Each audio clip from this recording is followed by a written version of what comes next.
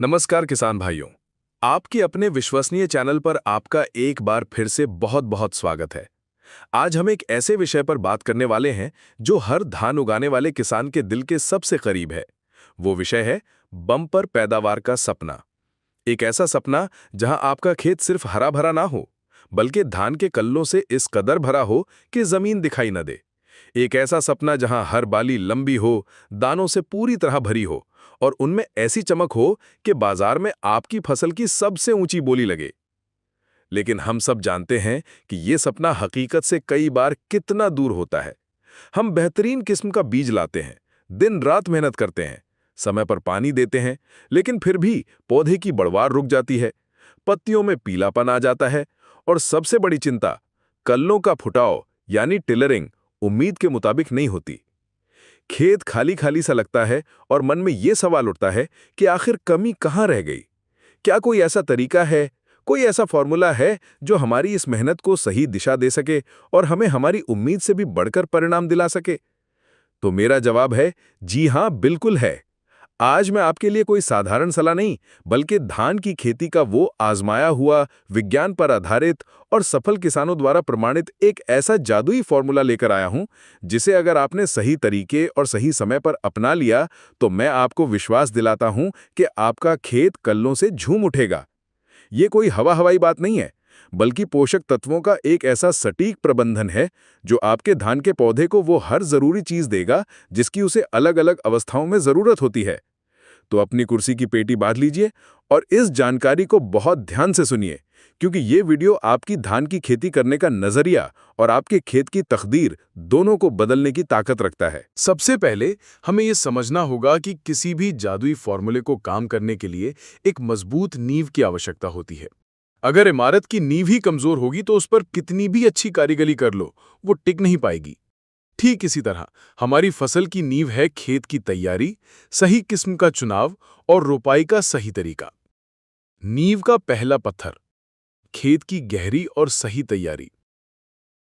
जब हम धान की रोपाई के लिए खेत तैयार करते हैं तो अक्सर हम सिर्फ ऊपर ऊपर की जुताई करके पाटा लगा देते हैं, लेकिन यहीं पर पहली गलती होती है। आपको गर्मी में एक बार गहरी जुताई जरूर करनी चाहिए। इससे मिट्टी के नीचे की कठोर परत टूट जाती है, जिससे धान की जड़ें गहराई तक जा पाती हैं। गहरी जुताई से मिट्टी में छिपे कीड़ों के अंडे और खरपतवार के बीज ऊपर आकर धूप में नष्ट हो जाते हैं। इसके बाद खेत को लेजर लेवलर से समतल करवाना एक क्रांतिकारी कदम है। समतल खेत में पानी एक समान रूप से फैलता है, जिससे कहीं पर पानी की कमी और कहीं पर अधिकता नहीं होती। इसका सीधा फायदा ये होता है कि खेत के हर कोने में लगे पौधे को बराबर मात्रा में पानी और पोषक तत्व मिलते हैं, जिससे पूरे खेत में एक समान बढ़वार होती है। नींव का दूसरा पत्थर, प्रमाणित और उपयुक्त किस्म का चुनाव। बाजार में धान की सैकड़ों किस्में उपलब्ध हैं, लेकिन हमें भेड़ चाल में आकर कोई भी किस्म नहीं लगा लेनी है। आपको अपने क्षेत्र की जलवायु, मिट्टी के प्रकार और पानी की उपलब्धता के आधार पर ही किस्म का चुनाव करना चाहिए। हमेशा प्रमाणित बीज ही खरीदें, क्योंकि इसमें बीज की शुद्धता, अंकुरण क्षमता और रोग प्रतिरोधकता की गारंटी होती है। घर का रखा हुआ बीज बार बार इस्तेमाल करने से उसकी उत्पादन क्षमता धीरे धीरे कम हो जाती है। नींव का तीसरा पत्थर, स्वस्थ नर्सरी और सही रोपाई। आपकी नर्सरी जितनी स्वस्थ होगी, मुख्य खेत में पौधा उतनी ही जल्दी सेट होगा। नर्सरी में जरूरत के हिसाब से पोषक तत्व दें और उसे कीटों से बचा कर रखें। रोपाई करते समय ध्यान दें कि पौधे की उम्र 20 से 25 दिन से ज्यादा ना हो। ज्यादा उम्र का पौधा लगाने से उसमें कल्ले फूटने की क्षमता कम हो जाती है। रोपाई करते समय एक जगह पर 2 से 3 पौधे ही लगाएं और पौधे से पौधे की दूरी सही रखें, ताकि हर पौधे को बढ़ने के लिए पर्याप्त जगह, धूप और हवा मिल सके। अब जब हमारी नींव मजबूत हो चुकी है, तो चलिए उस 3 चरणीय जादुई फार्मूले को परत दर परत समझते हैं, जिसे हमें अपनी फसल पर लागू करना है। पहला चरण, रोपाई के 20 से 30 दिन, जड़ों का साम्राज्य और कल्लों की दस्तक। ये वो नाजुक समय है जब नन्हा पौधा एक नए वातावरण में खुद को स्थापित करने की कोशिश कर रहा होता है। उसकी पूरी ऊर्जा अपनी जड़ों को फैलाने में लगती है, ताकि वो मिट्टी से अपना भोजन खींच सके। इसी समय पर दिया गया सही पोषण ये तय करेगा कि पौधा कितनी मजबूती से खड़ा होगा और भविष्य में कितने कल्ले बनाएगा। इस चरण के लिए हमारे जादुई फार्मूले के 3 मुख्य स्तंभ हैं: फास्फोरस, जिंक और नाइट्रोजन का शुरुआती सहारा। फास्फोरस, जड़ों का निर्माता। रोपाई के समय या उससे ठीक पहले हमें खेत में फास्फोरस की भरपूर मात्रा देनी होती है। इसके लिए डीएपी एक बेहतरीन विकल्प है। प्रति एकड़ लगभग 40 से 50 किलो डीएपी का प्रयोग करें। डीएपी में मौजूद फास्फोरस पौधे की जड़ प्रणाली को एक रॉकेट की तरह विकसित करता है। जड़ें जितनी ज्यादा, जितनी लंबी और जितनी स्वस्थ होंगी, पौधा मिट्टी से उतने ही ज्यादा पोषक तत्व और पानी सोख पाएगा। एक मजबूत जड़ प्रणाली ही भविष्य में बनने वाले 50 से 60 कल्लों के विशाल परिवार का बोझ उठाने में सक्षम होती है। जिंक, कल्लों का स्विच ऑन करने वाला जादुई तत्व। किसान भाइयों, मैं जिंक को धान की फसल के लिए किसी वरदान से कम नहीं मानता।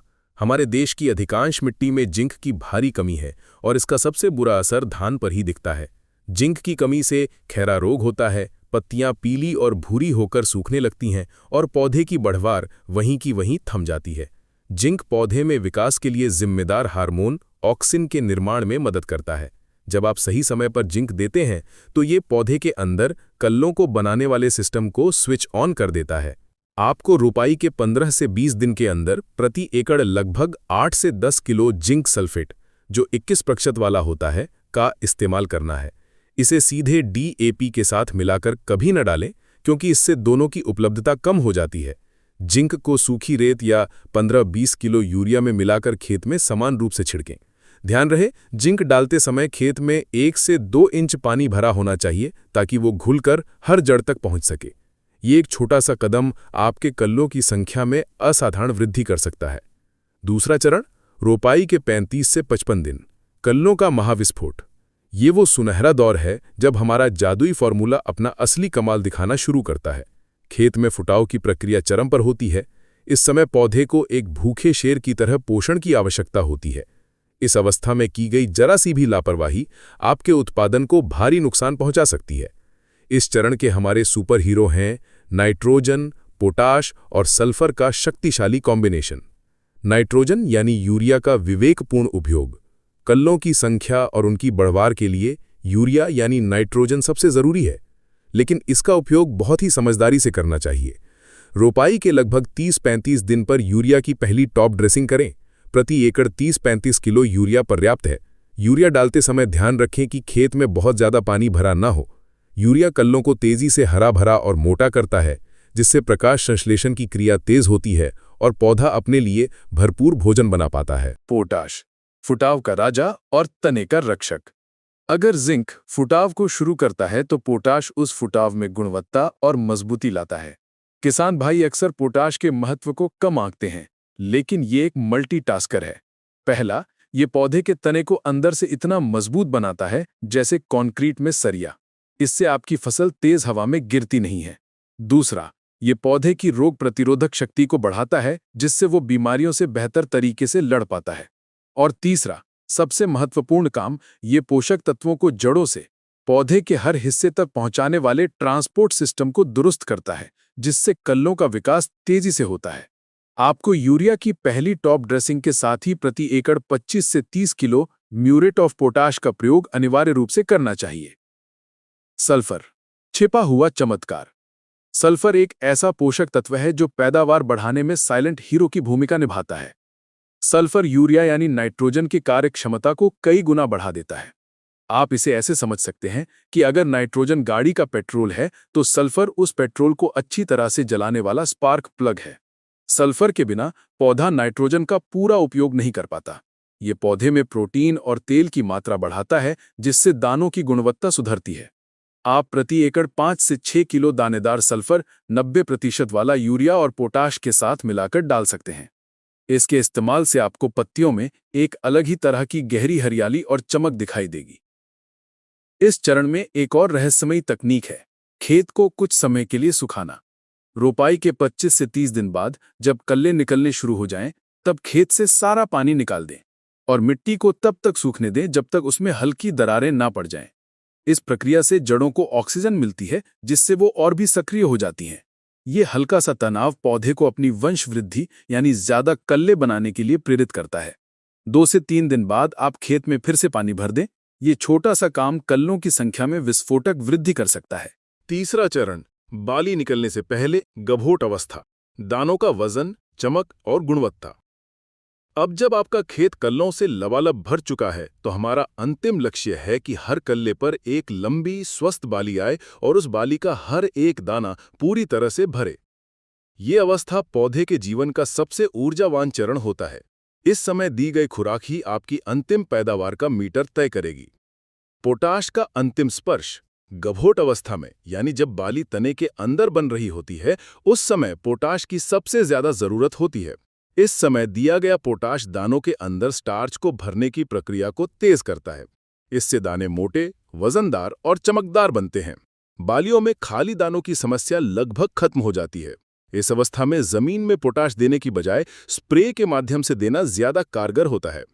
आप NPK 0050 का 1 से 1.5 किलोग्राम प्रति एकड़ 150 से 200 लीटर पानी में घोलकर छिड़काव करें। ये पौधे को एक इंस्टेंट एनर्जी बूस्टर की तरह काम करता है। बोरॉन परागण का विशेषज्ञ। बोरॉन एक ऐसा सूक्ष्म पोषक तत्व है जिसके बिना दाना बन ही नहीं सकता। बोरॉन परागण की क्रिया में मदद करता है। इसकी कमी से परागकण ठीक से विकसित नहीं हो पाते और बालियों में दाने नहीं भरते, जैसे हम पोचा लगना कहते हैं। बाली निकलने से ठीक पहले जब झंडा पत्ती निकल आए, उस समय आप NPK 0050 के साथ ही 150 से 200 ग्राम बोरॉन यानी 20% वाला प्रति एकड़ मिलाकर स्प्रे कर सकते हैं। ये सुनिश्चित करेगा कि आपकी बालियों में 99% तक दाने पूरी तरह से भरे। जैविक उत्तेजकों का अतिरिक्त बल। इस चरण में आप चाहें तो सीवीड एक्सट्रैक्ट यानी समुद्री शैवाल का अर्क जैसे जैविक उत्तेजकों का भी छिड़काव कर सकते हैं। ये पौधे को किसी भी प्रकार के तनाव से लड़ने में मदद करता है और बालियों के विकास को प्रोत्साहित करता है। किसान भाइयों, इससे पहले कि हम इस चर्चा को समाप्त करें, आपसे एक छोटा सा निवेदन है। अगर आपको ये जानकारी महत्वपूर्ण और उपयोगी लग रही है, अगर आपको लगता है कि इस जादुई फॉर्मूले से आपकी खेती में सुधार हो सकता है, तो कृपया हमारे इस प्रयास को अपना समर्थन दें। इस वीडियो को लाइक करें और सबसे महत्वपूर्ण, चैनल को सब्सक्राइब करें ताकि आप हमारे इस किसान परिवार का हिस्सा बन सकें। सब्सक्राइब बटन के साथ वाली घंटी को दबाना ना भूलें ताकि जब भी हम कोई नया जानकारी से भरपूर वीडियो लेकर आएं तो उसकी सूचना आप तक सबसे पहले पहुंचे। आपका एक सब्सक्राइब हमें और भी बेहतर काम करने के लिए प्रेरित करता है। निष्कर्ष, संतुलन ही सफलता की कुंजी है। तो किसान भाइयों, ये था वो संपूर्ण जादुई फॉर्मूला जो सही समय पर सही पोषक तत्व देने के विज्ञान पर आधारित है। चलिए इसे संक्षेप में दोहराते हैं। रोपाई के समय फास्फोरस और जिंक से जड़ों और फुटाव की नींव रखना, फिर फुटाव के समय नाइट्रोजन, पोटाश और सल्फर के शक्तिशाली मिश्रण से कल्लों का महाविस्फोट करना, और अंत में गभोट अवस्था में पोटाश और बोरोन का स्प्रे करके दानों को वजनदार और चमकदार बनाना।